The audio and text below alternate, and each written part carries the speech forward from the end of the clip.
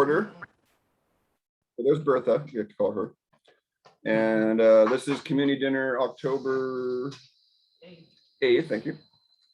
And we're going through this thread of nature in its order. So Isabel made sure she told me that I have to get a shot of the whiteboards at the beginning because she got really mad at me for not doing that. So Isabel, this is for you. Although I don't know how to, why isn't this there? It is maximize that. Oh, it's because of the Ethernet, I see. I just spilled my drink. Oh. Okay, so this will all get edited out. The whiteboard. Okay, thank you, John. Yeah, it's all right. Thank you, Jonty. So we have these this talk, nature and its order. And what it thanks a lot, Jonty. And it started from the premise of nature takes chaos and makes order out of it. Men take order and make chaos out of it. Thanks, Jonty. What that means. Those I'll put up later, yeah. Okay. So the discussion tonight is, the theme we went over the last few weeks is dryness, because we're in fall. And what sets me apart from other practitioners is I'm here to study process. And so chemistry is great, but chemistry is a photograph of a snapshot of a process occurring in the body at a moment in time. And so chemistry in itself is a dead science. I'm not interested in studying death. You're her. I'm interested in studying two chemistry reports that show me a process. If the blood sugar is 80 and it's 100 a month later, then we know that you're getting more glucose in your bloodstream. That's the process occurring. Are you drying out, getting wetter? You're getting hotter, colder, drier, moister, more deficient, more excess? That's what has made me successful and saved 1,000 people's lives over my career, is because of that. Studying death doesn't get you life. And so I have no problem with chemistry. I teach it, as a matter of fact, but we use chemistry for what it is, right? If someone handed you a photograph of you running a race around a track and said that photograph was you, you would laugh at them, wouldn't you? But that's all chemistry is. It's a snapshot of a chosen parameter at a moment in time of a process. So it's dead by its very nature. So what interests me is understanding the process occurring in a person for health. So this word over here, excess and deficiency. What are the two words in medicine that pair with excess and deficiency?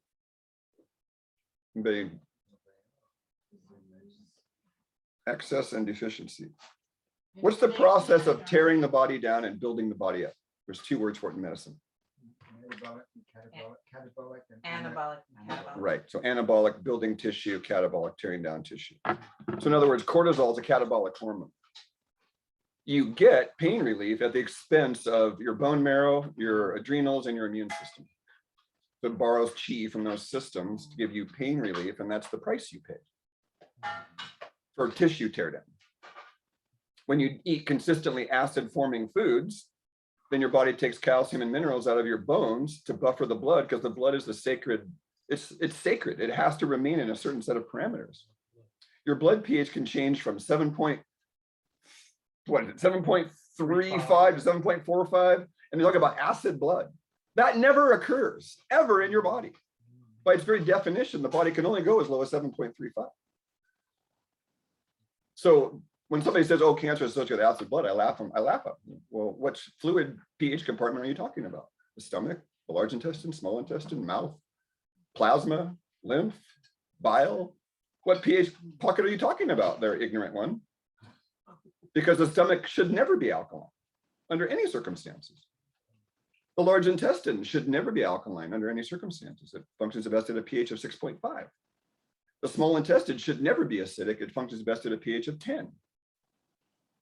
So you have all these acid pH compartments, and we have all these ignoramuses talking about cancer associated with acid conditions. It's like, no, it's also associated with alkaline conditions. When you're in a highly degenerated state, your tissues go into a highly alkaline state. When you eat too much bad food and bad old cooked meat, an alkaline poison is made that no one's heard of in this room. Anybody heard of guanidine?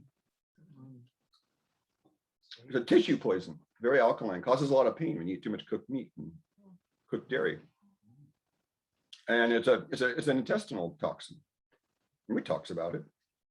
And guess what the two things that deactivated are? Very simple remedies. Apple cider vinegar is one, and chlorophyll is the other. There's a lot of DC Jarvis's book, Vermont Folk Medicine. And raw food, right? That's chlorophyll rich. Yeah.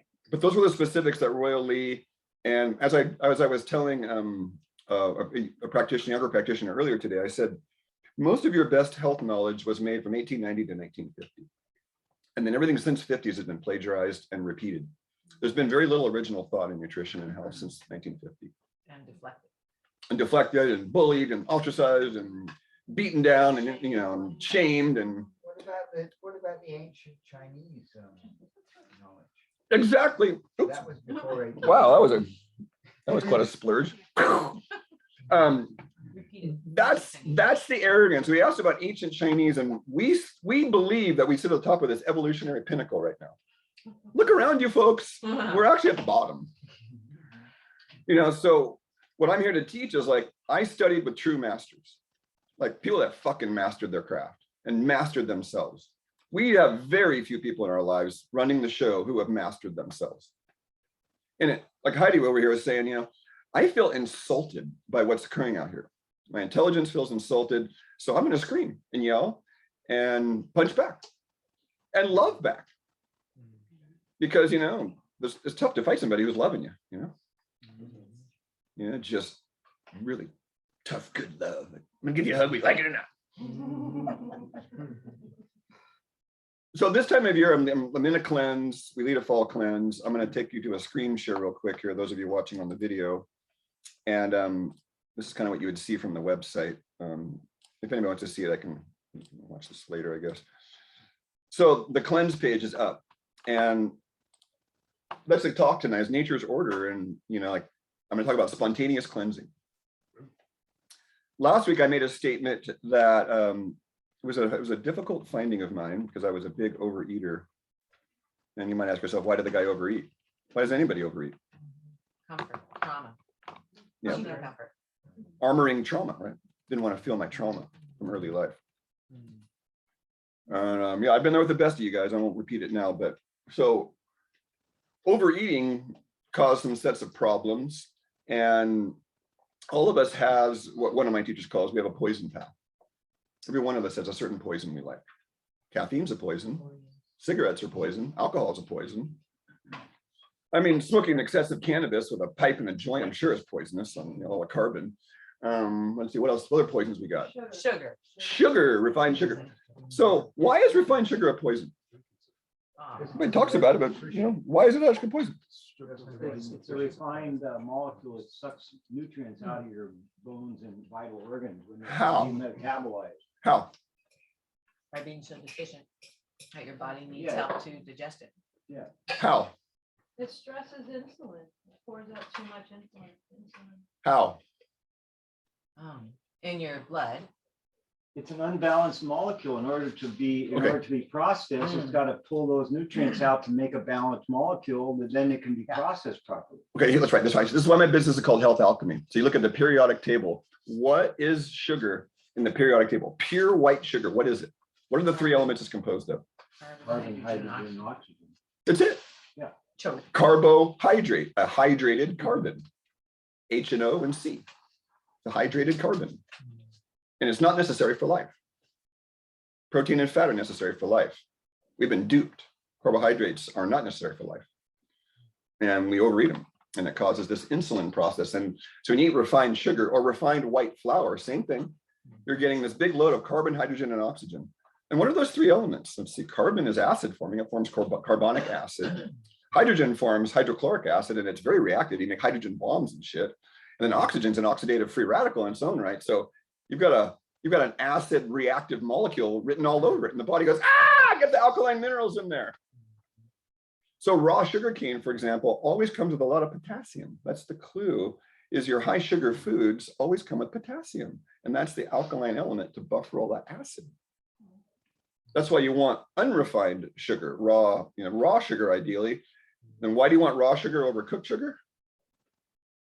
Number one, because it's got more of the official other balancing potassium than anything else, but it also is more of a whole food that your body can handle better. And it, by cooking, is always worse. The cooked.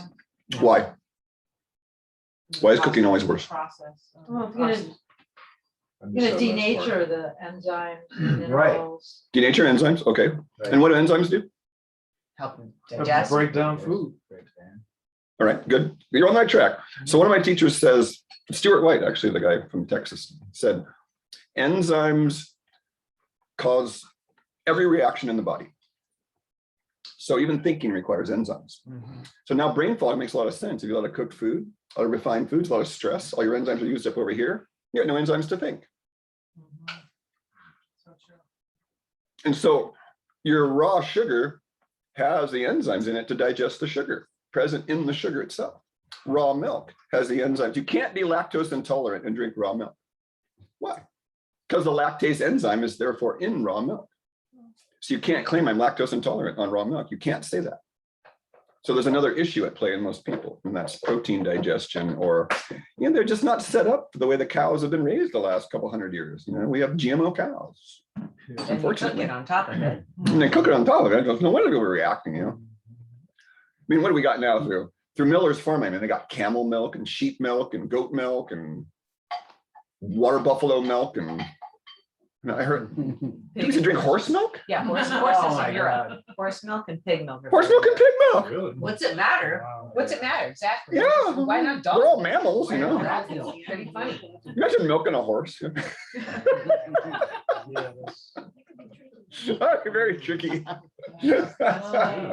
milk would be really hard. Oh, God. How about rat milk? There you Oh. go. Oh. Well, bats are a mammal. Bat milk. Yeah, Do bats have? Oh, How God. do bat? probably. Bats are mammals, I think. Yeah. Yeah, they are. You just Whale don't get very milk. much. Yeah, whale milk, yeah, That's whales are- wild. That would be good. It's hard not to drown. But there's a lot of calories. in It's hard not to drown. Maybe. Chauncey says, let's get my almond milk. Oh, Lordy. Always have tiny. There's quite an image. Or dolphin milk. Suckling on a female dolphin. Do dolphins feed like that? Oh, yeah. Oh, yeah. It's actually beautiful. There's some videos Really? of dolphins and whales. Dolphins are small Oh, that's whales. so cool. So you can see them suckling in these special videos. It's awesome. Yeah, But it's dolphins not are in the toothed breast though. whales. Where is it? Where are they? It's lower. It's lower. It's more like other cats and dogs and things. It's lower, but I Oh, can't down remember in the exactly where. abdomen probably. Yeah, but you Wow, can see the babies come, it's sort of like mid, they come up alongside. And there's even a way, I think, that the milk comes out and it like flows in through the water into them because it's extremely thick. Whoa. That's so cool. Extremely full of fat and everything. So That's so you cool. can sort of, And that's my Coffee first cup. choice. Wow. yeah, it's very cool. Wow. Okay. So there's a lot of milks out there. Yeah. Very good. So one of my teachers, when I was a very, very arrogant vegan in 1996, I was an arrogant macrobiotic vegan, thought I was pretty hot shit. I was gonna save the world with veganism back in the 90s. And so we had, it was when, remember there was rice milk? Mhm. Remember back in the day, they had soy milk, rice milk, all that. Man, the Vita Soy Cocoa Soy Milk was It was so really- good. We believed it was healthy. Yeah, ice cold, Vita Soy Cocoa, and I would have the worst. Carrageenan, guargan. Yeah. All that stuff, so it doesn't stick and it can go through the machinery and Wow. maybe Oh, some canola oil or soy oil. But it was so delicious, I didn't care, It was the ending of, I wrote a blog about it. It was the ending of the guy that I called a carbaholic. I wrote a blog called Confessions of an Ex-Carbaholic about 10, 15 years ago. And that guy didn't care. He just wanted all the flavor and the goodness. I grew up surfing here, so it's all about debauchery and having fun, and the long term out cares. And then, but that's when I broke my neck and I had to wake up out of it. Jolly Ranchers and Cheetos weren't going to heal a broken neck, I realized. Yeah. That was my diet. It was Jolly Ranchers, Cheetos. We'd go get a coffee and a Cinnabon at what was that donut place on 38th? Is that Farrell's? Is that one of the Farrell's on 38th? No, that's. And Opal? That starts with a D. Dunlop's? Yeah, No. yeah. Dunlop's? Yeah. Farrell's is on 17. And the West Side here. Yeah. The one on the West Side's And been like there. Ocean. There's one on Ocean on the west. Yeah. That's Wow. Ocean. Well, anyways, Yeah. it's just, Dunlop's there. you know, I wondered as a teenager, like, how come I always feel like shit after I eat? Yeah. But I didn't drink, you know, you kind of suspect, like, you know, we were all smart, like, I eat this and I feel like shit, and I eat this and I feel better, but I like eating this better because it tastes better. But then I got to feel like shit afterwards, but I'd rather eat that because I feel better. But I want the taste of this over here and still be able to feel better. Early It's very signs of convoluted. food, really are. Very convoluted, right? At least you were thinking. Oh, that was always my problem, was overthinking, actually. So then we end up in this, we can end up in this place where we're, a lot of people that come to see me, man, I just had a client this the other day. She's like, oh, I know what I need to do. And I'm like, so why are you seeing me? She's like, well, you're giving me the power to do it. You're gonna pay me $300 to give you the power, but you already know you need to do. I'll take your money.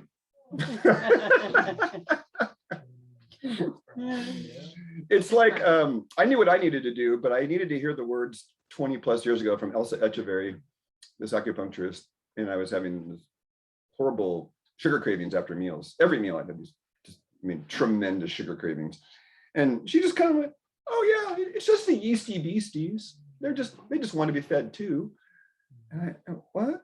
Yeasty beastie? What are you talking about? And she's like, oh yeah, they're craving through you. You think you're craving it, but they're actually craving it. And they're through the vagus nerve, they're telling you, we're craving it and you think it's yours, but it's not your craving at all. I was mortified. It's like, I mean, there's something, ew, there's something in me that wants to get fed and it's not me and it's living down there and I can't control it. Ah, alien shit, you know?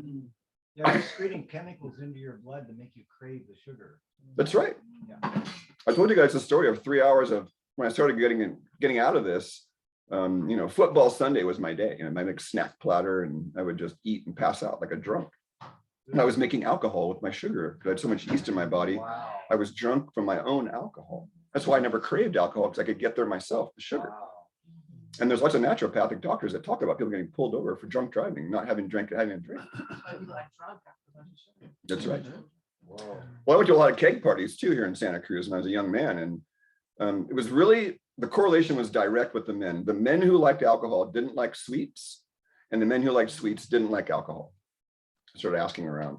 Wow. Fuck. So some people they're their own alcohol producer in their own gut, and I was mortified to realize that that's my whole life started to make sense. I was like, oh my God, that's why I do this. That's why I act like that. That's why I pass out.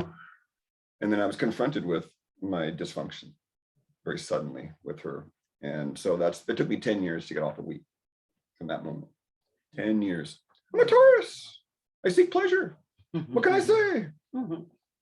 So it took 10 years. I had to, as I tell my clients, I had to go into a lot of pain and a lot of suffering and a lot of indigestion. And then it was like, has anybody ever had an intestinal cramp so bad you couldn't even move? So you understand. I mean, yeah, and then you ladies have your menstrual cramps, which, you know, and birth and stuff. So, you know, I'm not even going to pretend to compare what you guys go through, but it felt like I was giving birth. It was, like you could take down a 300-pound karate master with nausea and gut cramps. You could take down anybody. You just can't move, you know, and that's when I realized. So there's a couple of people on my team, and I told one of them, I said, you're not in enough pain yet. That's why you're not changing. And she finally changed recently because she was in enough pain. She did what it took. But it took someone like me just for 5 years, just constantly reflecting back to her. Come see me when you're ready. You're not ready yet. One of my teachers once said, you're not done with your dance yet. Your dance of suffering. So when your dance is done, come and see me. And I saw a lot of that because, like I said, I studied with real masters. And one, Michio Kushi, the founder of macrobiotics on the East Coast, he flew out to a guy. This guy paid for him, you know, to fly all the way out to Seattle and paid for him to get to his apartment, do a session, and then go back. So the guy thought. So Michio flies across the country. He had the channel. He was a channeler. He channeled as he was walking up the stairs to the guy's apartment what he needed to say. Walked in the door, looked at him, body language, you know, that truth response I've been talking about, the gyroscope where you read others through your gyroscope. I can't help you because you're not done with your suffering. Walked out the door and went back. And the guy knew. I mean, that's the kind of shit that I ran into. This is like, wow, that's just brutal. That's Zen master stuff. Like, here you go, sit outside the gate for 3 months, and then we'll see how devoted you actually are. Because that's what they would do at the Zen retreats. You know, you had to prove you were worthy to enter the sacred domain. And the master would be like, you go sit in there and you say you're devoted. Well, let's wait up to 3 months of scrubbing toilets. Then we'll see where you're at. That was, I ran into that a lot. You know, that was where the disciple was often in the Kung Fu series. Same thing, David Carradine, there he is, you know, the young disciple. Oh, just scrub some toilets over here. Let's check out your humility. Yeah, very humble, so you're not gonna get very far. And I still got a big fucking ego. So, you know, my awakenings didn't crush the ego, unfortunately, for me and the rest of you. So I have a lot of fun out in my ego these days. Some people's ego doesn't survive. And in India, you've heard this recycled a few times, but in India, there are literally people that don't know which mouth to feed, that go into these high samadhi states. So Yogananda talks about the ego's, you know, it's a tool you want to use properly. You know, put food in this mouth, poop out of this hole, not, you know, that kind of stuff. Because if you lose your ego function, you don't know which body you're in, your consciousness is in. I've been there. I've been out of my body. I don't know. I could be in that body. I could be in that body. Wow, fascinating. That's what they call it, possession, right? And people do get possessed. Worked with many myself, and I've actually been in people's homes. I've been asked to clear spirits and ghosts in people's homes quite a number of times. So my jobs have been quite varied over the years. Like, you know, hey, Craig, you clear these spirits that are bugging my 3-year-old? Sure. All right. So there were a number of things I sort of stumbled upon, and one of them was the statement I told that Cindy liked last week, which was, you can have voluntary suffering or austerity to avoid involuntary suffering like illness. So cleansing is a voluntary form of suffering to the ego, right? Because it doesn't get to have all of its goodies. And you clean yourself out. And so that's kind of what, this is not necessarily relevant tonight, but I like this slide. So this is kind of going to get built tonight. So these words are analogous: cleansing, detoxification, and purification. They're analogous in my world, but other people might say them differently. And then, so how do you do all this without, quote, effort? How? So how do you cleanse without even trying to cleanse? Find out what's the healthiest things you really enjoy. Sorry. Healthy food, right? Okay. But find out which ones you like so well that you're happy to eat them, so that it's, you know, learn enough about different aspects of what cleansing includes, and do the things that are easiest that you think, really, that would do something. Then it's a lot less effort. So learning first. So yeah, when I first ran into this, it was through the standard process products, and it was about 12 or 13 years ago. And I myself, I reacted to every product I took for about a year and a half. Cataplex B, all of it, kept reacting. Fuck. And then I realized, without even trying, I've gone into cleansing, because my cells had finally gotten the final bricks to finish the process they were trying to finish, but they'd never been given the right materials to finish the process. And now they finished the process, like, yippee, let's get the lead out. Let's get the mercury out. Let's get the aluminum out. Yippee, party, let's get it all out. And that's what a Herxheimer reaction is the body's finally given the materials to complete the job it never got to complete before. And it's usually protein and fat. It's usually excessive carbohydrates blocking the other two. We have essential fatty acids and essential amino acids. Have you ever heard the word essential carbohydrate? No. Ever? It doesn't exist. Right, to our taste buds, they are. Well, And healthy, like oatmeal. Come on, I eat oatmeal every morning. so I'm just going to pick on it because it's an overused, Yeah. and in the overuse of it, it causes insulin surges, and insulin's a degenerative hormone. Oatmeal specifically, or just carbs? Well, then oatmeal, then you're going to hear me pick on oatmeal. So you have this oat, we'll just pretend this is an oat right here. And then you roll it flat, and now you've exposed it to the air. So how long do you have before that oat is rancid and stale once it's rolled? Steel cut oats aren't rolled, They're still steel cut open. You're still open. They're still opened to the air. so you can't buy any oats out like that. Nope, Yes, you can. Well, you buy whole oats by whole oats. and crush Point them. of order. If you sprout oats and you rinse off you rinse oats, soak them overnight, and then you put them in a blender, and then you put it in a fridge, and then you cook them, then you don't have that problem. And then you can't work. Yeah. So no, this is what you just said. That's the story we all make up. That's the story we all make up. I have friends. So there's that two are things, about it. I want to throw in. It's true, and it's a different rhythm than what we're used to. And so he's right that that's if, and it's just a matter of getting used to a different rhythm. But the second way is you can buy whole oats and you can get it looks like a tiny little It's a little flicker. double press like they used to dry off laundry with, and you run it through and it flattens them on the spot, and then you warm them up and then you eat them immediately because how long before they're rinsed? Half an hour? Oats are high in fat. So it was found over 100 years ago, believe it or not, they did some studies on wheat flour, and the wheat germ oils were rancid in a week. So the oat germ oils, oats are even higher in fat than wheat. Yeah. So I would say a week At to most. 2 weeks. So, but you can crush them on the spot, throw in some hot water and warm it up and eat them that way. So That's what they do in when Europe. you buy them, are they raw? Yeah, you buy. They have them in raw. all the bulk bins and all the health food stores have got oat Oat groats, just Yeah, whole but oats. whole. What you're talking about, they're Yes. raw. And yeah, they're raw and they're Okay, whole, alright. and those can have been sitting too long and be more stale.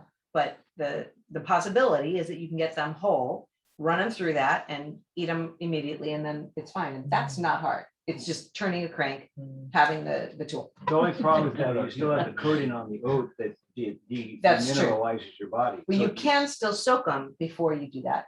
24-hour soaking deactivates that entirely. Right, so Yeah. I'm saying soak them overnight and Yes. then run them in the mill or whatever, put them in a blender or run them in the mill. Yeah. And then you get the benefits of both, Yes. True. it's perfect. Absolutely. You can also boil the whole oats after they're soaked, or barley, and drink that water. And that's that anti-sun factor we were talking about, the vitamin F. Well, this is not without effort, so. No, vitamin F. In response to your thing. of- Well, let me just finish this. So how does it take to pour some oats into a bowl and then pour some water into the frickin' bowl? Are you kidding me?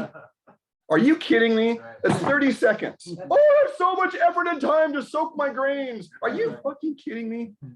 Really? The soaking the night before is a different rhythm and it's not hard. It's just you have to remember to do it. Yeah. And I made almond milk as another one. Oh, I gotta buy my.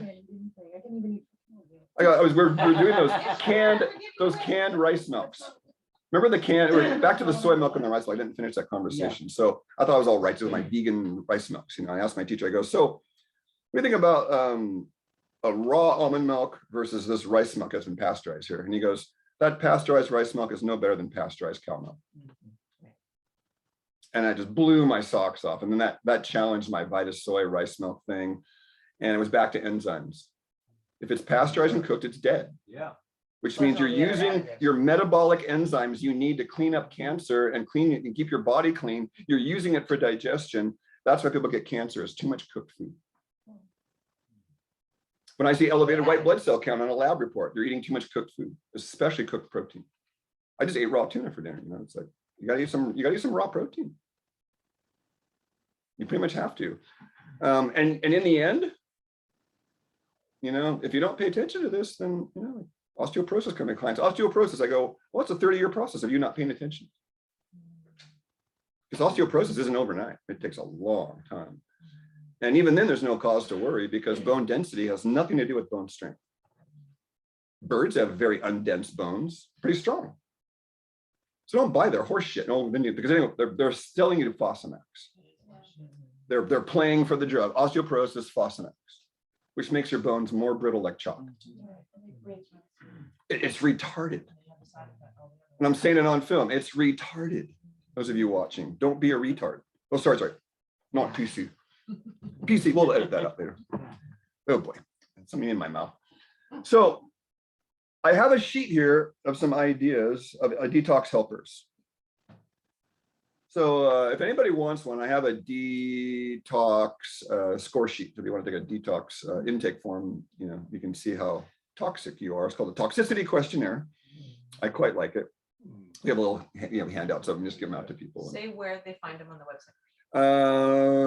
You can contact me in my contact form on the website, which is right here. So on my website, there's contact form. I have a new statement of fact on my website, which I won't read now, but I'm stating to the world that I'm not in commerce. And therefore, I don't have income. I don't have a job. I have a practice. F off, government. So the first one is, the most obvious one is water. You know, that hidden messages in water book. You know, so just drinking water can increase detox if you're dehydrated. For my lab lady here, my 2 lab people. So what's one lab marker on lab work that will show you you're dehydrated? BUN might, yeah. Sure. Well done. Boris knows. Blood urea nitrogen. It'll probably be elevated. What other markers are, there's one that's real simple on them. It's really simple and easy. White or red blood cells. Elevated red blood cell count, or elevated red blood cell count, and elevated protein levels, high chloride, and high BUN. Those are 4 that off the top of my head. Chloride will elevate, generally speaking. But there's also, if you don't use the chloride molecule well, then your HCl levels will be down, because hydrochloric acid requires chloride molecule. Oh my God.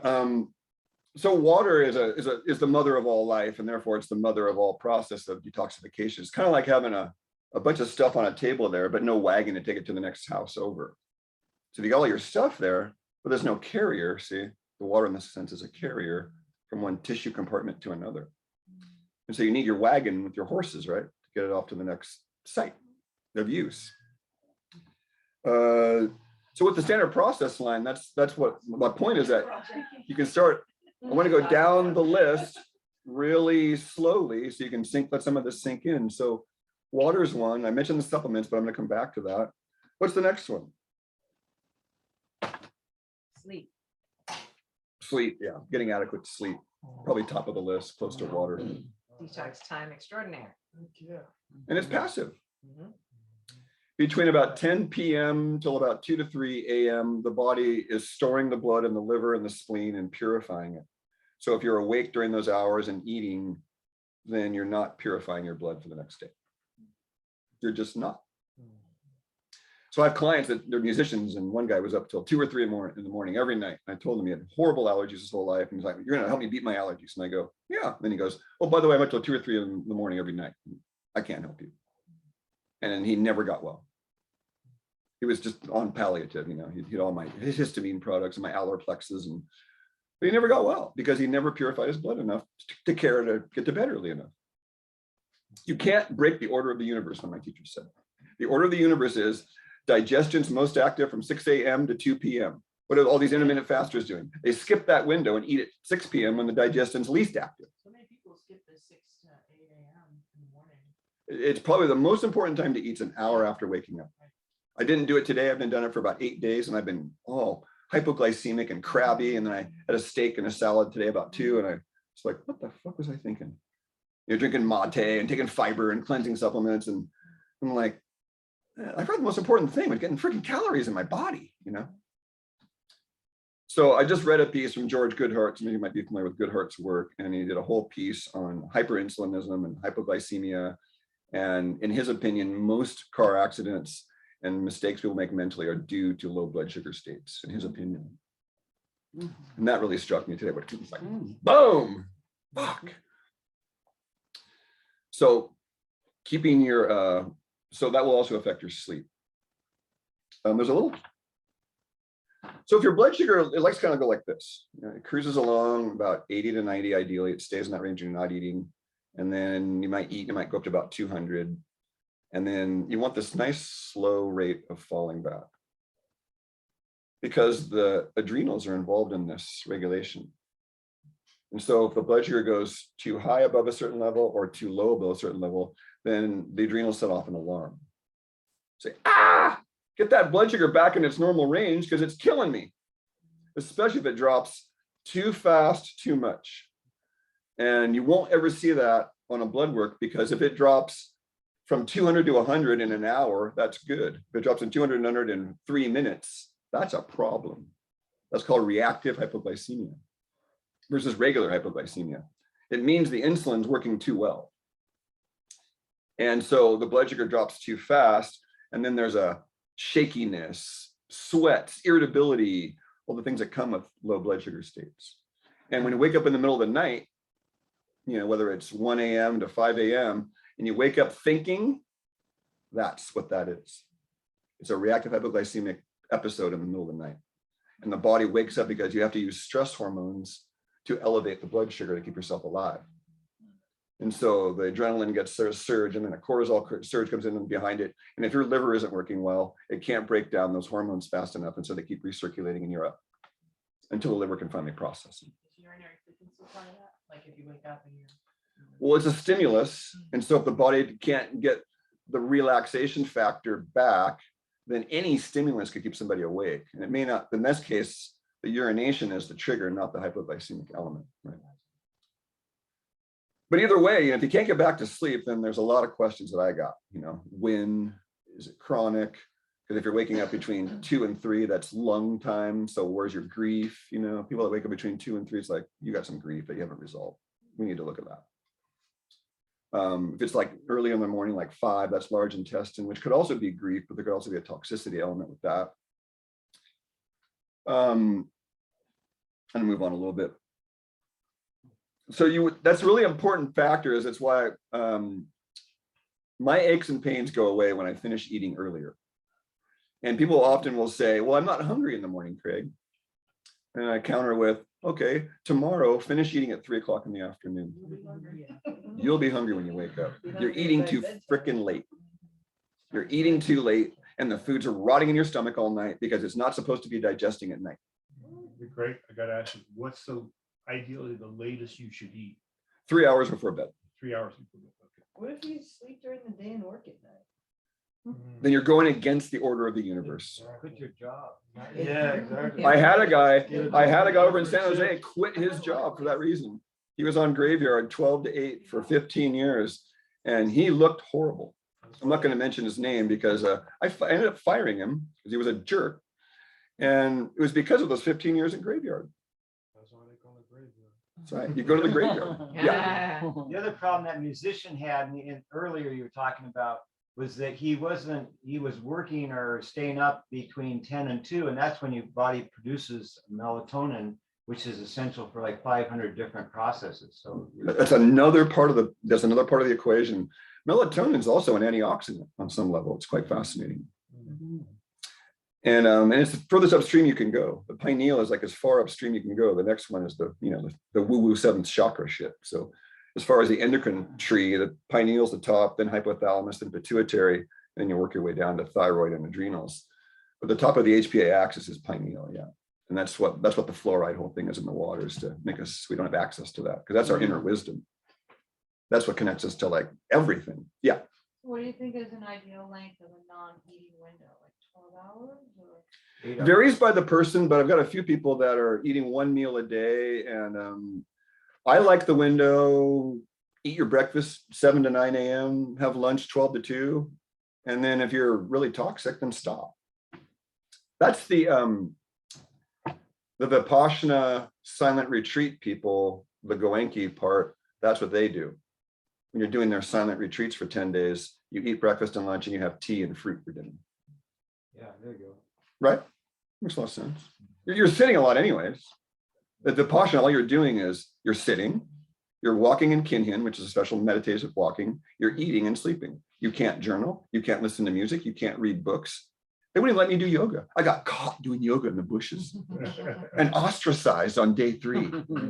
I was gonna lose my mind. I went off and hid over in the bushes, tried to do a couple of sun salutations because I was aches and pains, The teacher was there. He's like, "What are you doing over here?" I'm like, "Trying to get the tension out." "Oh no, that's part of the process." You're killing me. But I'm close enough. I want to just say the really interesting thing about people who get the window wrong and stop eating breakfast and whatever else, but begin to lose weight or begin to have all these other benefits, because they basically for the first time are getting their bowels and intestines a break. Yeah. So it's absolutely okay to have stepping stones where people try. Yeah. The easiest thing is to wait, and actually you could do a water cleanse by drinking water much longer every morning for a while, so that you have your water on an empty stomach, you just don't want to do it forever. And it's really amazing that you can flip it, because it sounds too hard to a lot of people. It sounds too hard, to do the soaking of the oats apparently, and whatever the case is, to get those little mid steps in is always one of the keys, and really great that somebody tried at least intermittent fasting and learned that they could do it. And then you just, get to keep massaging them into the slightly better way. But it's always fun then to go with, well, what else is without effort? What is it better? Like Craig's great stories about people that just were so excited that their cleanse was just to sleep as much as possible, because then it kicks your body into a whole new, better way of handling all the detoxing, and it prepares you. So That's one of the same thing. level 2 challenges, actually, is just to Yes. stay in bed as much as you can in a 24-hour period. Yeah. That's it. Nobody even thinks of this stuff. Like, just lay in bed as much as you can. Yeah. What are you guys doing? Yeah, it's it's just really really Chinese, funny. actually on the Chinese calendar, there are certain days when it's recommended to do that, to be like in sync with the energy of what's going on in the universe. So there are certain days. to do Every that. I don't week know. or of them, it's quite It astrology. depends on the calendar, depends Yeah. on the moon I think, cycle and yeah. everything. Right. So I forgot about that. Thank you. for Well, telling generally me. the waning moon and the new moon is the rest time, and the waxing moon, the full moon is more active time. I think it's a new General- moon tonight. Generalized. Yeah. New moon time? It's a It no, looks no, very not right similar. now. New moon It time? was a few days ago. Yeah, Yeah, you're right. it's waxing again. Oh, that's why I've been so tired. Yeah, Yeah. it was, Oh, it was really? Wednesday. All of us been tired. Wednesday at 3 a.m. That's when the new moon. Yeah. So it's still, It's still it's very- doing this, it's going, "Eh." No, and now it's waxing. Oh, now it's It waxing. So the finished, Nia it is finished, over. and Okay. Now it's coming back. I was gonna say sound effects not included, but I didn't get it fully. Yeah, but you're right, right now. So- Okay, let's Yeah. see. Yeah, it's a great. A way to 3-day start. rest retreat. And how I check this is via Chinese pulses. And I do a blood pressure check. Yeah, your Chinese pulses. If I'm seeing you regularly and I'm checking your pulses regularly and suddenly they feel a lot weaker, you ain't doing any cleansing. Yeah. The other one that can be measured, the measurable one is you do your Dr. Ragland's test, you lay down, take your blood pressure after 5 minutes, and then you stand up and take your blood pressure again. That's my favorite check for vitality, because you can't, that test has been around since 1925. So If your so pulse goes down. you guys got kids, some of you guys have kids, and we were kids once. Did you want to clean your room when you're a kid, when you're tired? So your cells ain't going to detox when they're tired. Tired cells don't detox. So you don't force yourself in a cleanse when your cells are exhausted. They're just going to get more constipated. And cellular constipation appears in a lot of different ways. Usually it's edema, though. Just swollen. I had a girlfriend that every time she ate wheat, she would gain 5 pounds overnight. Just swell up. And she'd feel swollen for weeks afterwards. And so for her, wheat was she couldn't do it. I mean, she was vain like me, so she didn't want to look bloated and edemic, beautiful goddess. Like, I don't want to look 5 pounds heavier. It's like, you're still beautiful, but I don't want. So the vanity card's hard to get past. Makes us healthier. So next one is raw foods is another one you can do. So if you're diabetic, there is lots of empirical evidence that if a diabetic type 2, type 1's not so much. So if they do raw food for 30 days, their diabetes is over with. But it's got to be raw everything, including raw protein, raw fat, raw carbs, everything raw. And people talk about raw foods, but what they're not willing to talk about is the raw caloric foods: raw butter, raw milk, raw meat, raw grains, raw beans. The high caloric foods are the more valuable raw foods. Why? Why are the high caloric foods more valuable raw foods? Well, they have good fat. But calorie turns into energy and heat. Your celery, which is raw, doesn't offer any energy at all, just water and nutrients, which support the caloric metabolism, right? The nutrients you got to have to, otherwise you're borrowing them from your own body. Yeah. And so that's the big problem with the supplement world. That's why I say 99% of what you see in the retail stores is garbage. It's chemical made fucking garbage. Don't buy it. You're throwing your money in the toilet. Why? Why?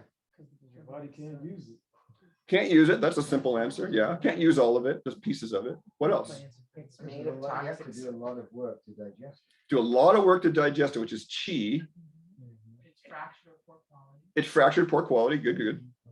Big Pharma makes the B vitamins from coal mining waste. That's what you see USP on a label of B Inorganic. vitamins. Yeah. So you're using Big Pharma's energy. So- All the ascorbic acids, almost all of them that aren't anti-GMO, are made from GMO corn syrup in China. Because sugar and ascorbic acid are almost identical. But people don't know that. So they're enzyme deficient. The founder of Standard Process started the company in 1929 for one reason. It was that he had this metaphor. He was an inventor. And so he would look at these old watches. Remember the old watches back in the day of all the, the hands and grandfather clocks and stuff. He was a guy that would take that apart and put it back together and just see how it worked. He said, so tell me, if you take apart a watch, like what they were doing with B vitamins at the time, they would remove the B vitamins out of the wheat flour and then add back the synthetic ones and say it's just as good. Oh my God, how just lame. So what he said was that metaphor right there of taking the natural vitamins out and putting in the synthetic ones is like taking apart a watch and putting on the hands, but leaving all the gears underneath out of the watch. It doesn't work anymore. And so without enzymes that are part of the living vitamin, vitamins aren't chemicals. They are not. And I get upset because vitamins are nutrient processes and the chemistry is part of the process, for God's sakes. And we've been brainwashed that the vitamins are chemicals. No, they knew that back in the 20s and the 30s. It was just a convention so we could label them. Brainwashed. and We were big brainwashed. And big wellness. Ah. Sometimes. Well, they started in the 1850s with all the alternative doctors and the homeopaths and the acupuncturists and the chiropractors, and they had their 150-year bashing program with, paid for with Rockefeller money and all those assholes. So enzymes are the key to all of it. That's why I get upset, because it's stuff in the health food store. You got your Thorn B vitamin made by an ego with no enzymes in it to process the bees and all the cofactors and minerals that come with bees. Do you know that thiamine B1 actually has a fat soluble cofactor? I didn't know that until I learned this stuff 13 years ago. Vitamin B4. Who's heard of vitamin B4? I never heard of it till 10, 15 years ago. Vitamin B4 is the fat soluble controlling activator for B1 thiamine. Because thiamine converts your food into energy.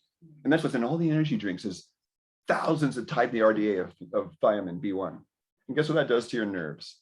It fries them like a fried egg.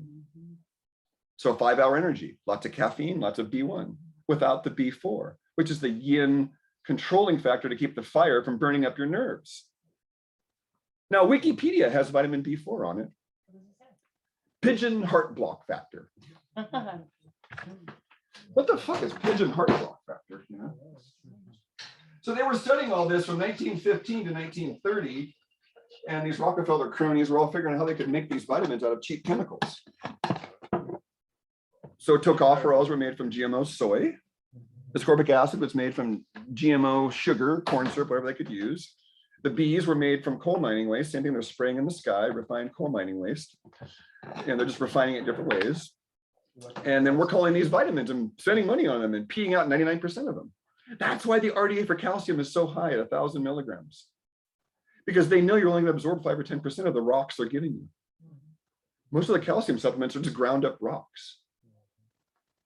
And one of my teachers says, you could do better licking the sidewalk. Oh, Save some money. Yeah. Save some money. Like coral calcium, for example. Don't use coral calcium, it's dead.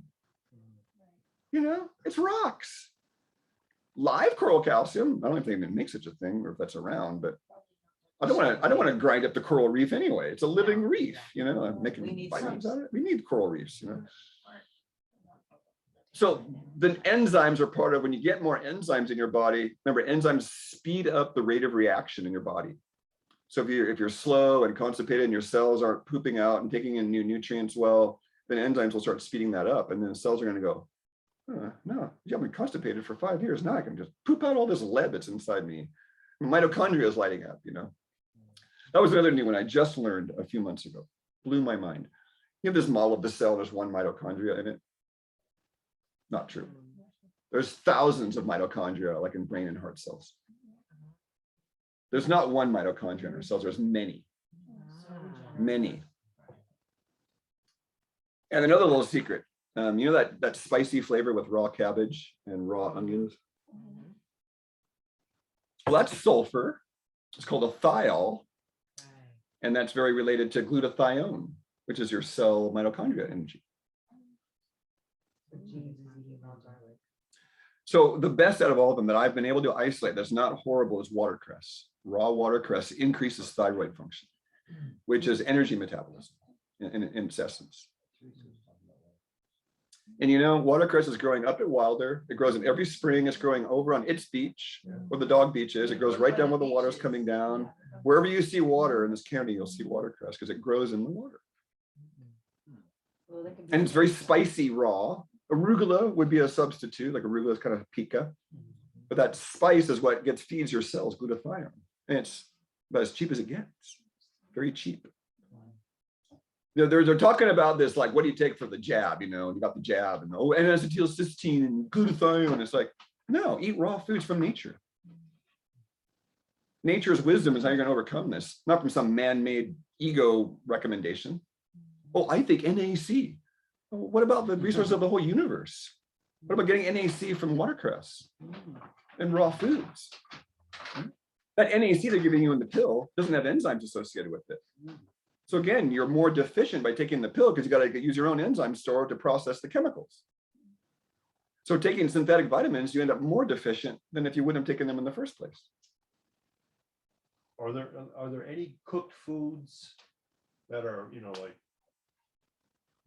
good? You know, so generally, I'm not a raw foodist. I don't like the idea of extremism in any sense of the word. So the cooked food, the carbohydrates generally are more tolerated cooked. So potato raw is more nutritious than a cooked potato, but generally, you know, compliance-wise, most people aren't going to eat raw potatoes. Unless you soak them. They're not very in the tasty. fridge, then they're crispy in there. I'm still working on my raw potato chips. You know, I'm still working on that one. So your rice is usually more tasty and digestible cooked. You know, anybody here ever eaten raw rice? Yeah, because you said it's a cleansing method. So cool. If you slow chew dry rice, 300 chews. 300 Takes chews. 300 chew. Wow. No, you take a little Little handful. handful, and keep going, then it will be so dry still, even though you chewed it so much, that as it goes through your intestines, it drags stuff out with it. You'll see zebra stripe That's poops. cool. Yeah, That's a cleanse. Another cleanse, yeah. You'll see You got it. zebra stripe poops. Yeah. I had many Careful of them. not to mess up your teeth and gums. You have to chew carefully until it's soft. So you're, but They used to it talk was- about it was that. interesting to try. Chewing, you know, hundreds of my clients have changed their life just around chewing more slowly. Yeah, One woman said, Craig, yeah. I've changed my whole life from chewing. She said, you're really going to get my skin. Now I give myself 45 minutes to eat. You just give myself 15 minutes to eat. It cuts down how much you can eat. It totally changes every aspect of your digestion. Your stomach meridian goes, do. Sound effects not included, but right over your jaw. See? So when you chew, I got this theory, like if you chew slowly, then you're sending a message to your nervous system to be slow. If you're chewing fast, you're sending a message to your nervous system to go fast. My grandfather practiced that. Mine did too. As long as I Green remember. dessert. And my grandmother He did too. lived till 98. Slow chewing. Wow. Slow chewing, slow, steady, stoic. My grandpa was the same way and he lived to be 101. And they were told these things in There's always the my last one. grandparents, the 30s, the 40s, they were told these things in my Yeah. grandparents, the 60s and the 70s, right? Christmas. Yeah. The cool thing How is long though, it's is been it around. really- Eating is a meditation, and it's Yeah, like Ideally- everything is. Yeah, ideally it is. Yeah. Mindful eating. Right. but the Yeah. cool thing is that we can start it at any point, and our bodies will be so happy with the Help remind change each that you other. can, yeah, you can really leapfrog other aspects. Things Well- like making sure you get more sleep, making sure you get more water, all these things can erase some of the premature aging that we're all doing. Yeah, and it really shifts your level of presence. I Yes. did an experiment Totally. for a month of really slowing it down like that. And it took a long time, but all of a sudden, like, oh, I'm hearing those birds. And I wasn't hearing them before. Yeah, You know, Yeah. it's like a whole different way, really. exactly. You just need So some it time. qualifies as a without effort. It's a totally different kind of effort. to give yourself space to do something that you don't usually do. Well, and that creates a whole new level of consciousness and awareness in each and every moment. Why? So Drew has a question, yeah. Yeah, I met this Welcome. teenager, I was with this family in Cuba and they had this teenager, he was, about 6 foot tall. And he went through 3 complete large bowls of food every dinner, And they thought, oh, well, he has a big appetite. And so he went to the bathroom and I went in after him and I noticed he didn't flush the toilet. I looked down the toilet and there was the entire meal, just like it was in the plate. Like it wasn't, the corn and everything was like, and I realized that he took maybe 2 bites and he swallowed this stuff. And so he had to have 3 complete big plates to get some nutrition. How do you know it wasn't coming out the other end? What? It was coming in. It was, he followed him into the bathroom. It was coming out. Oh, Yeah, he had eaten it and it came out, but because he No, only coming chewed out, it like it wasn't once or integrated, twice. right. How do you know he didn't barf it? Oh, barf it up, I see. Believe me. And so anyway, I mentioned that to the family, next time I said, well, I noticed this thing, when I went in the restroom, I think that you should start chewing your food more and you'd save a lot of money, and his mother went, yeah, you should start chewing your food, and stop wasting our food here. Did that work? Huh? Yeah. Well, that's what I'm here to champion. I spent the last 35 years looking at who's getting results and what's free. Doesn't cost you nothing to chew more. right. Doesn't cost you anything to drink more water. Doesn't cost you anything to breathe properly. That's the next one, is breathing properly. Doesn't cost you anything to sleep better. Put your tongue in the right place. We don't learn that. We gotta have could our be a tongue up in the breatharian. roof of our mouth. Well, pretty much I've met 5 claimed breatharians and all of them were frauds. So, Yeah. yeah. But the older we get, the less we actually need to eat. So So, breathing is another one. I have this little list right here now. See, detox helpers, enzymes, water, breath, chi, electrons. And so, just being around good environment, grounding is like chi electrons. That machine over there, the AquaCure, is a water electrolyzer, electrically expanded water, plasma state of water. That's another definite chi enhancer. Detox helpers. So the enzymes part is the raw food part. And now we're going to go over to the standard process part. So when I started taking the supplements, a lot of people quit after the first few weeks or months because they have symptoms like the Cataplex B, the B vitamin, some of the protomorphogens, some of the deep nutrition. And my body kept saying, keep it coming, but take breaks and give your body a chance to catch up to the. So it took me 1.5 years to get used to the standard process supplements. Because of this, my body started going into, remember, I was antibiotic a lot as a kid. I had 10 allergy shots in each arm from age 5 to age 15 every week, which amounted to 18,000 allergy shots that went in my body for 10 years. I broke my neck. So I had a lot of stuff in my body was just like, get the fuck out. And so sometimes you have to, that's why I tell people, like, you may have gone into a spontaneous, cleansing just by taking these supplements. So instead of blaming the supplement, like one of my clients did that, is like, give her chlorophyll pearls and she reacted poorly. What's freaking chlorophyll? And you're reacting poorly to chlorophyll? What does that tell you about you? Don't blame the supplement, for God's sakes. Why don't you take responsibility? Stop playing the victim, because that was her problem. Oh, I'm addicted to being the victim. I'm a victim. And what do you get out of being a victim? What do you get out of being a victim? I was a victim a lot. What do you get out of being a victim? You don't have to change. Control. Point the finger. You don't have to be Control accountable Point the for finger. your own life. And you don't have to change. You don't have to be responsible for yourself. You can be in denial all you want. some people come and rescue you. You get to be rescued. Woo, I'm rescued. You get addicted to getting rescued. Because you get people like me who are addicted to hero. Oh, I'll rescue you, damsel in distress, on my white horse and shining armor. I'm more than happy to rescue you, victim lady. Probably 100 of those in my life. Jesus Christ. Somebody has to do it. My role. Well, I got the victim one down too. And the victim one was quite fun for a while there. Oh, I'm a victim to my own overeating. Wait a minute. That's like perpetrator and victim. That's a twisted one, right? So victim, and so that's one of the things I'm looking at is like when the person comes in, it's like, where are they at in their first foundation? Their chooser. Is their chooser able to choose? you'll like this, Carol. So we spent a lot of time talking about the difference between discernment and judgment. You want to be discerning, right? Not judgmental. Right. Because judgment has polarity and emotion associated with discernment is fact. Like a lawyer, you want to be discerning with the facts. You don't want to be emotional necessarily. Unless it's an act, which, we can be good with our acting of that. And that's, and then Chinese medicine has discernment in the fire element associated with digestion in the small intestine. Isn't that interesting?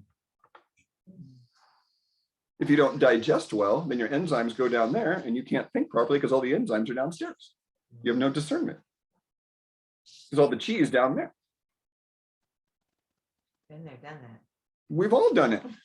So for me, like on the cleanse, and one of my cleansing rules is try not to eat after 9 o'clock.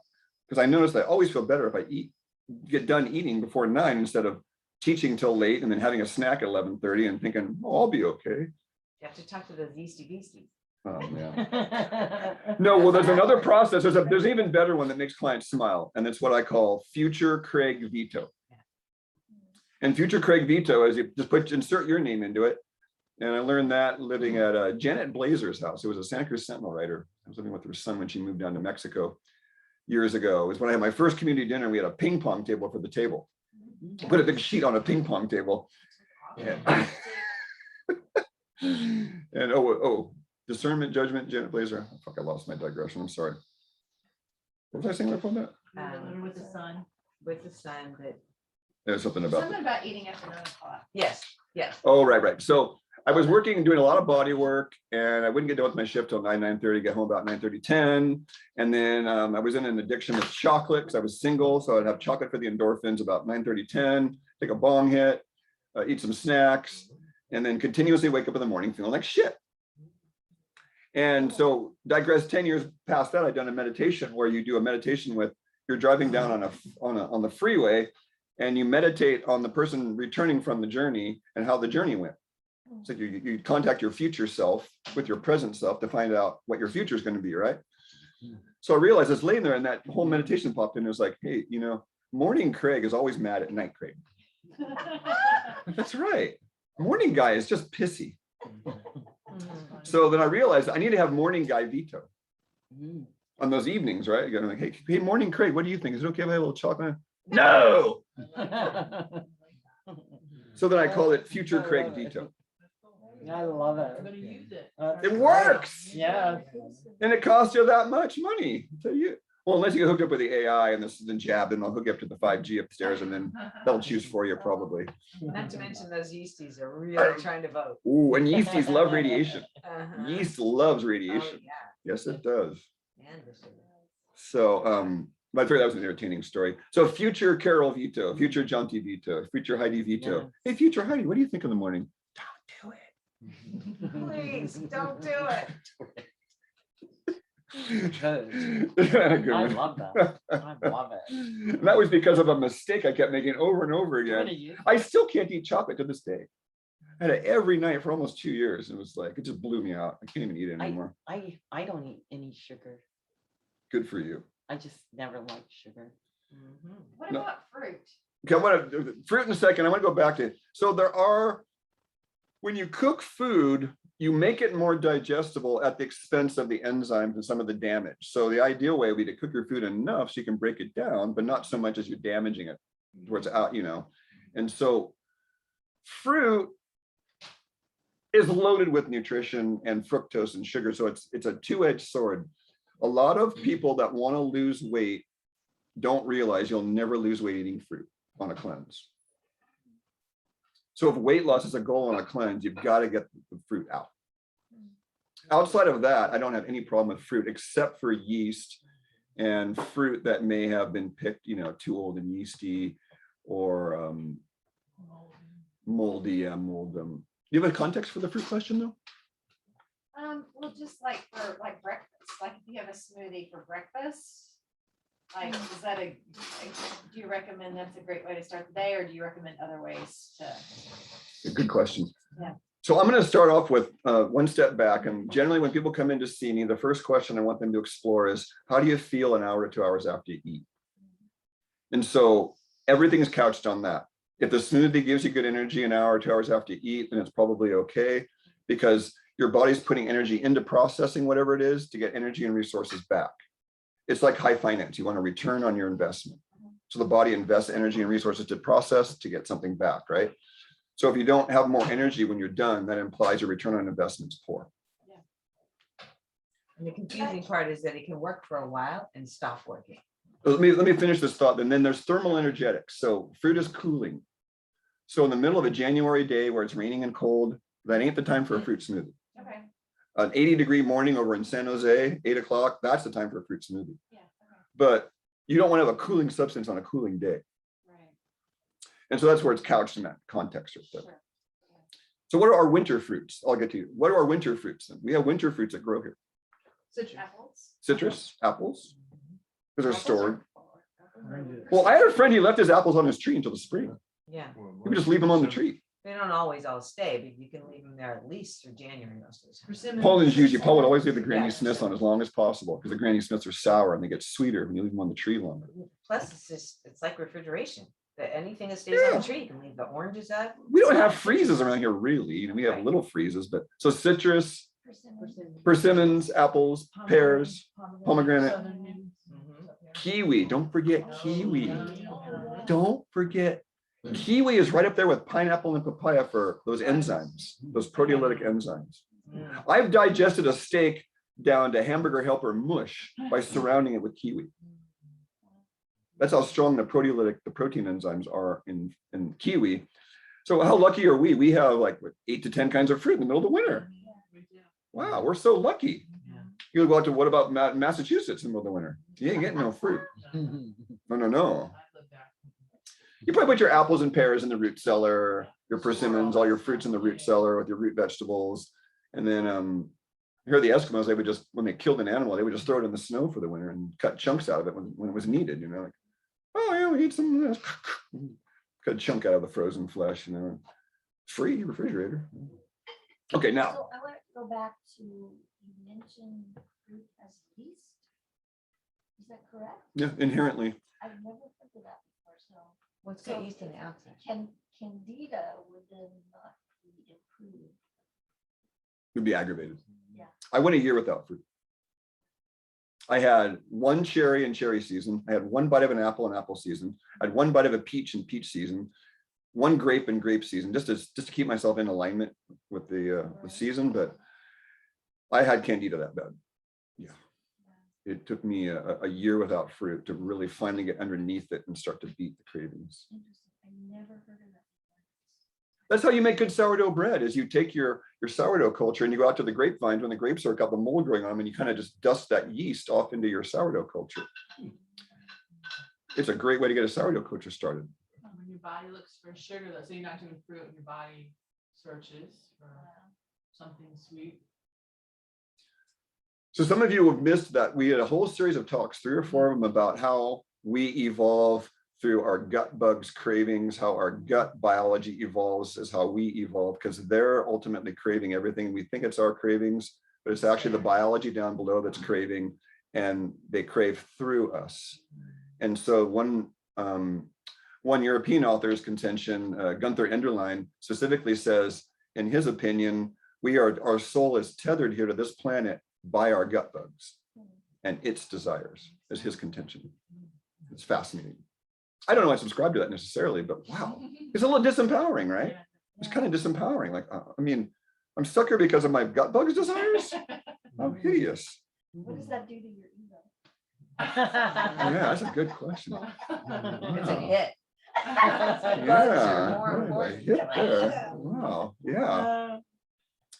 So that very premise doesn't get challenged a whole lot, because I had a friend in the 90s. We were in the farmer's market looking at stuff, and he goes, I don't think we choose our food. And I was like one of those uh-oh moments, like, uh-oh, he's going to shatter my brain into a million pieces in a minute here. He goes, I think our food chooses us. I'm like, oh my God, what if he's right? What if that lettuce over there is calling my name? I hear it as my voice, but it's actually their voice. You know what the sirens call? You know, you think the sirens, Yeah. the food's the siren. Eat me, eat me. And wow. Aren't your plants doing that out in your yard? Calling to you all the time? Just wait. I mean, Gene saw me this morning, and the last 4 or 5 mornings I've had like a cacophony of like plants talking to me and people calling and stuff I got to do. And it's just deer in the headlights. Like, can I just have a moment's peace in here for a minute? You know, I don't need 50 plants screaming at me. They need to be watered. That's why I texted you and they all shut up. I need to get watered. Oh, okay, I'm texting Dean right now. There you go. Can you describe why eating fruit on a cleanse won't let somebody lose weight if they're trying to lose weight? It's an insulin leptin thing. Leptin's satiety hormone. And so you're trying to clear the body of sugar, ideally. Most people on my cleanse, I clear them of carbohydrates and I say you can eat raw meat on a cleanse. Not cooked meat, but raw meat. Ideally fish, raw fish is much more cleanse worthy than raw meat because of the fat profile, but that's another long conversation. So, and then don't eat carbs. Like most cleanses have beans and rice and khichdi and all these carbs and root vegetables, and they're all rich in carbs, but most Americans are over carbing. So we got to flatline the insulin for a while. I don't have permission. So one of my clients, her insulin levels were 3 times too high 2.5 months ago. She did her work and they've dropped from 21 to 7, dropped a third of what they were through carbohydrate restriction, and not even that restricted. That's amazing. So when you talked about tenderizing meat with the kiwi, that wouldn't count as fruit though, because it's going to be in the meat and transforming in the meat, and as long as you don't eat chunks of the kiwi with it, that would still work. Yeah, you could, and this with tofu 2 years ago, I used to make tofu cream cheese and you'd put ginger and miso around the tofu and then you scrape it off and you just eat the tofu with and that the stuff gets used in something else. So your kiwi, you could just scrape off the meat and give it to somebody else if they wanted, or like a chutney. And then you could just eat the meat without the kiwi and it's done its job of tenderizing it. Yeah. And I slice it really thin when I eat raw meat, really thin. Just to make it. I got 2 pounds of chicken livers raw from Miller's Farm. I'm gonna be looking at raw. You're gonna make them tonight. No, I had too many other things on the agenda, but next week I'll commit to that. And then I have 2 bags of, I got 2 whole ducks and they came with the organs. So I have 2 bags of duck organs. I'm like, yeah, like, you know, well, Cindy made it easy with that. Were you here the week Cindy brought the chicken livers? No, man, I it was wish I so was. good. They were totally easy to You're eat. in Southern, I was- Yeah, Yeah, raw chicken it was livers. like eating sushi. Sliced thin. Sliced thin. Sliced It very just seemed thin. like sushi. Yeah, exactly. Yeah. It wasn't bad, Gary. No, It I'm was serious. great. It was I don't like really great. liver. Yep. And you could, You put anything on it? Or just- No, just No. raw. She soaked it in buttermilk overnight. That's what she said. She sliced it thin and soaked it in buttermilk. Some people soak it in raw milk. Some people soak it in lemon juice. yeah, a little bit of salt and whatever, just, Yeah. it was really interesting.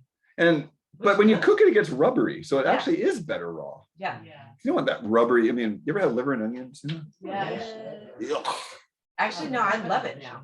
You do liver and My body onions? needs it, I I just love don't, it. yeah, I don't like don't overcook the liver. Right. You know what I mean? You don't overcook Yeah. it. Did you have liver and onions growing up here? You didn't have Oh, any yeah. food?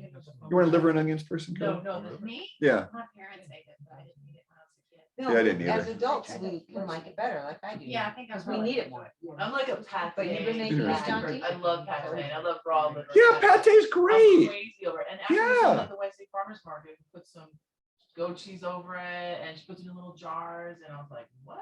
Oh my Wednesday's gosh. Farmers Market was amazing. Yeah. Okay, I'm almost done for tonight. I have one more thing to say. So the final part is you have things that help your cleanse or cleansing process. And it can be as simple as like, here's how simple one of them was. I had this guy that I needed help with a computer years ago, 10 years ago. And I started using the Catalan, the standard process multivitamin, which has been around since 1929.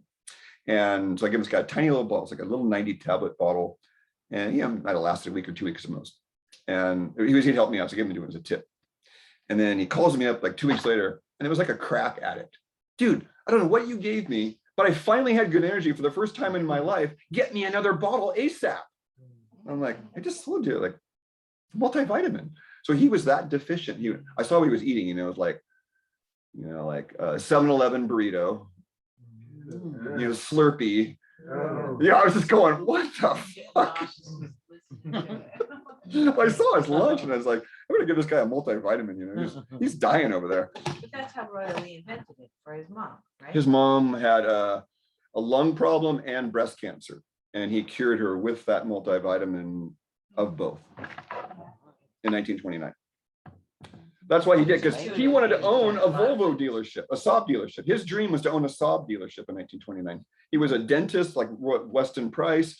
He wanted nothing to do with any of this, but his poor mother was dying and all these diseases because of the diseases of convenience, they called it, white flour and white sugar, which you'll love this in law. In 1906, they passed the Pure Food and Drug Act.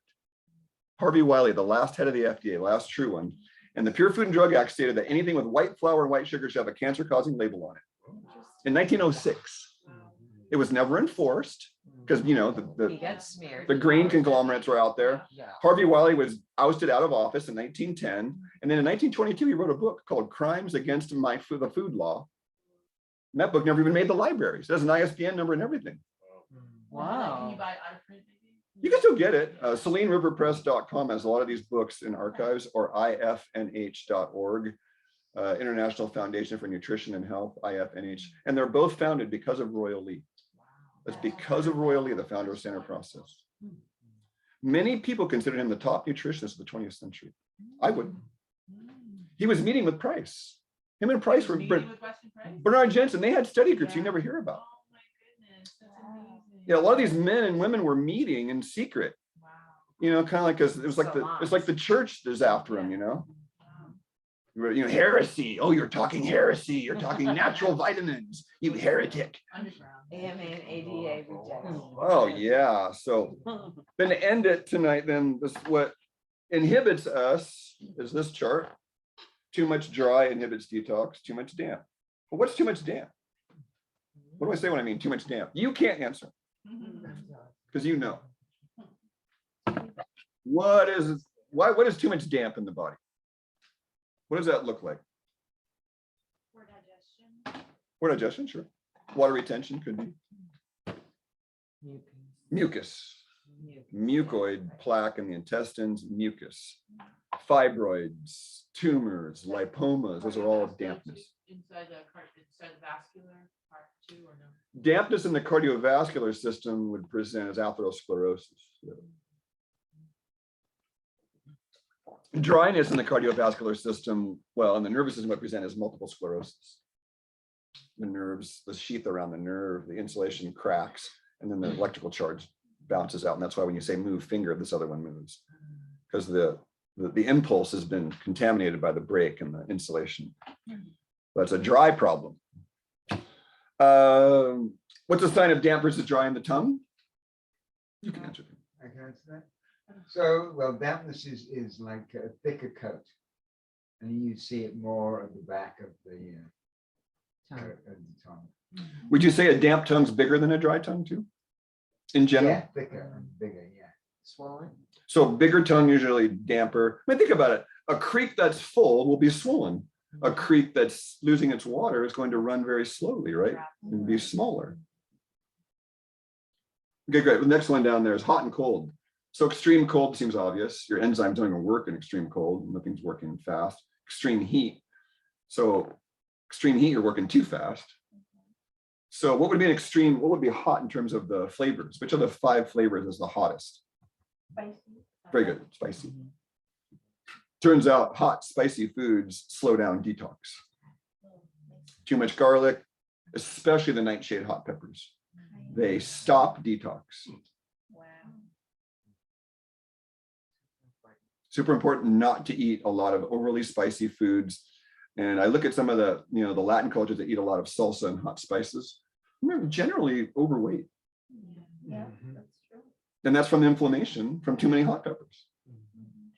But it is interesting that something like the lemonade cleanse, the master cleanse, works once because it can clear something out, and that cayenne is part of it. It's not an overdose of cayenne, but Cayenne's sort of a special nightshade. Dr. Christopher, who was my teacher's teacher, it was one of his favorite herbs was cayenne pepper.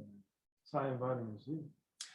It has an astringent quality. It's a little bit unique in all the peppers, but I don't like the master cleanse because most people don't read the whole master cleanse book, which is that thick, and they read the one paper and they take the maple syrup frickin' cayenne pepper lemon juice drink and they take it all out of context with the whole master cleanse. Yeah, you do. have to Cayenne know what is you're doing. certain- But we're That's still what on the gave work cancer. Charlie the problem with Kelly. He was doing the master cleanse without following the entire program. So my master cleanse drink is lemon, ginger, and raw honey. Fuck the cayenne and fuck the maple syrup. Have the raw honey with the enzymes, have fresh ginger, which is a pungent, and have raw honey and raw lemon, which is vitamin C. And a It's- little honey if you can't do a lot. And a little honey. Yeah, a little. If you're diabetic, you can. Raw Trouble honey, with that for is sure. like the ginger, like gets you hungry, it develops your appetite, and you try and do a cleanse, you know? You know, you're trying to just drink water, just drink, so it's, you know. Yeah, ginger's kind of a sabotage, and yeah, it is. Same with cayenne, yeah. Okay, so that's hot and dry, good. Excess and deficient. What do I mean by that? Excess and deficient. Too much of that. I don't really get your excess and deficient is like catabolic and anabolic at all. Because like, you know, from a Chinese point of view, excess is, you know, a strong, you know, like you can, you know, if you've got an upset stomach and you're excess, you'll vomit, you'll projectile vomit. That's the kind of excess. But if you're deficient, you know, you probably might not even be able to get it up, you know, Right. you know, get the food up if you want to, you know, vomit. You need to take some ginger or something like that to give you, you know. Okay, so I'll give you the context of it. Okay. It's well taken. I understand what you And mean. then, yeah, so, okay, okay. So anabolism is the extreme building up, right? So you take anabolic to its extreme, it becomes excess. Mhm. Catabolism is extreme, is a building tearing down of the body, and its extreme becomes deficiency. Okay. That's where they fit. And that was sort of my point, but I didn't explain it well enough. And thank you for that. So if we're excessively eating empty calories, we're going to accumulate excessive mucus, but we'll also be deficient somewhere else. Right? We'll be deficient in natural nutrients and alkaline minerals. And that's what one of my teachers said. You start running into these yin and yang things, and you run into all these weird contradictions. So when you overeat, you become excessive in one area, but deficient in another. If you run too much, you become excessive in energy in your legs, but then you become deficient in other areas, right? So that's kind of how it works. And so the reason why I mean that is like, if you think you have signs of toxicity and you come and talk to someone like me and take a questionnaire and get typed out, if you have signs of toxicity, it means you have backed up waste in your body, and the guy behind the counter can't process all the waste, the people with waste coming in, right? When you go into a store, think about it. If the guy behind the counter can't serve the customers fast enough, the line spills out the door. In your body, the line spilling out the door are symptoms. You can't get up to the counter. Those are symptoms, right? And so that's what I spent the last 35 years studying. It's like, what are low-grade symptoms, medium-grade symptoms, and severe symptoms? And how do we contextualize getting the person out of them somehow, right? So if we're deficient, extremely deficient, we shouldn't detox. And the one story Monica's heard was a man, we were doing the Raglands test. His whole family was in, 6 of them, him and his brother and his cousins and their kids. And they all want to do a cleanse together. So we're doing the test, we're testing them out, checking their tongue and eyes and, you know, pulses. And so he consistently was like dropping 20 to 5 points when he stood up, which is a huge red flag. And I was like, and well, his business was he maintained all the ATM machines in the Bay Area. Very stressful business. And so his brother and him bought a couch and put it in the office. And he had all the nerve tonics and the chi tonics and the ginsengs and the adaptogens and all the building supplements. And he did better than anybody else on the cleanse. And he didn't really cleanse. He literally napped every chance he got for 3 weeks. And his blood pressure was much better. His tongue looked much better. His eyes looked much better. But we just gave him SP cleanse for 21 days. It was like 3 tablets twice a day. Normally it's 7 3 times a day. I just love this story because it outlines when you're tired, the best thing to do is restore. Every time you're reaching for coffee for energy, Yeah. every time you're doing chocolate for energy, Yeah. you rest instead. That's right. I'm off my caffeine wagon now. So I tell people, oh, I have good energy all day. I go, stop your caffeinated beverages and then come back and talk to me. And then we'll know where you're really at.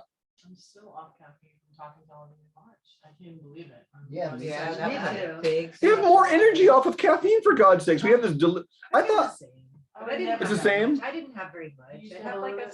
half a cup of coffee. but see, it's not that significant, right? It's like, if we get this story in our head, like, oh, I need it. Oh, I miss it. I miss it, you know. Well, it's 9:35, so I'm going to, oh, Jonty told me not to turn it off until after you guys applauded, because that's nice to have it on the video.